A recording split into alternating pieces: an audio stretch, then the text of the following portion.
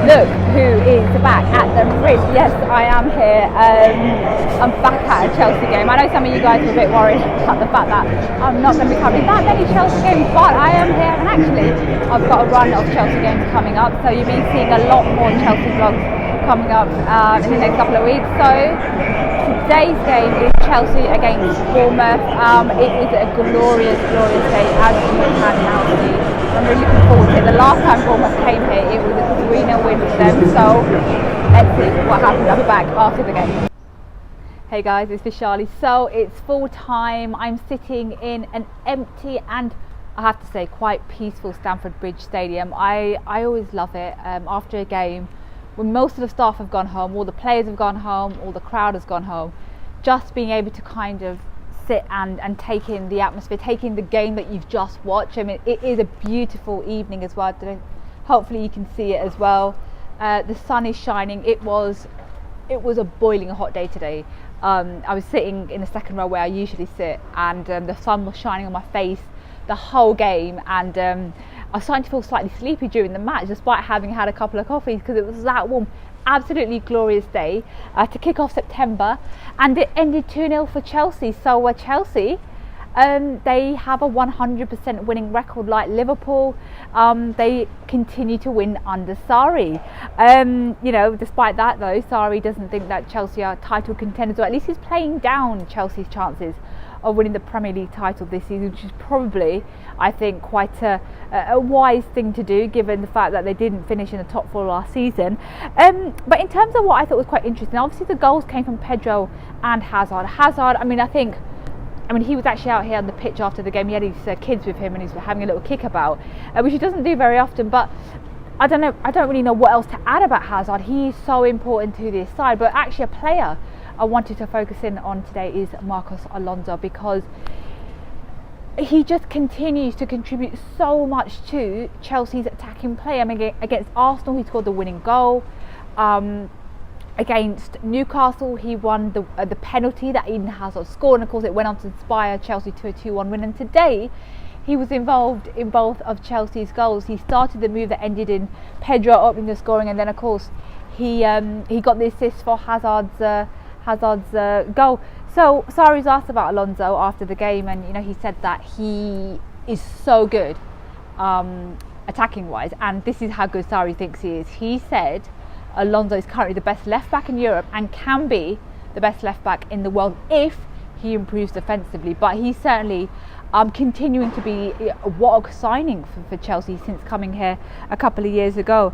I still think there's work to be done defensively for Chelsea. They can be caught out quite easily on the counter at times, but I think overall the balance is quite nice now, and I think the real test is really going to be Liverpool in a couple of weeks' time. Glad to say that I've got a run of Chelsea games actually after having had a run of Arsenal games, so please do subscribe to my channel if you want to see my Chelsea vlogs in next couple of weeks. I hope you do enjoy this one. Now I'm going to leave you with some footage of Brian. Now Brian is one of the backroom staff here at Chelsea. He's been at Chelsea for 50 years, and before today's game he was presented with a cake and flowers to mark his incredible service. Now just one thing I want to say about Brian, all the journalists out there will know this, and all the players as well. Brian is genuinely one of the nicest guys you could ever meet in life. He knows everyone's names, he knows your habits, so he knows if you have a coffee with a sugar or milk, and he's genuinely just a nice guy, and he helps everyone out no matter who you are. So it was a really lovely moment to see him, get his cake and his flowers and be kind of applauded by all the journalists. I'm going to leave you with some footage of that, and I do hope you enjoy it. Brian has seen 27 coaches come and go in his time at the club. It's impossible to say how many journalists he's helped in that time. It doesn't matter the demands that those journalists may have placed on him, the mood swings he's had to endure, or the egos he's had to manage in helping make the press conference experience as enjoyable as possible for coach or correspondent. But Brian has handled all of those impeccably. He's a credit to Chelsea Football Club and someone we are incredibly proud to call a colleague and a friend. We wanted you to join the chairman, Bruce Buck, and the comms team as we mark today in a small but appropriate fashion by presenting Brian with a reproduction of that match programme from that very first day He worked in 1968, thanks to Charlie for sourcing that from eBay for the original.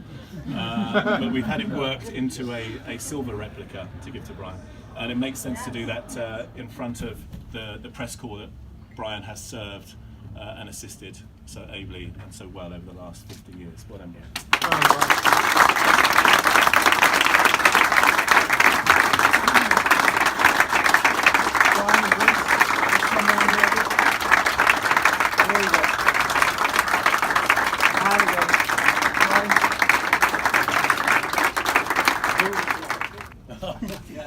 Actually, 27 managers over 50 years. That's not bad. Weighted towards this end of the 50 years. And for the power behind the throne? Yes. Sue, this is for you.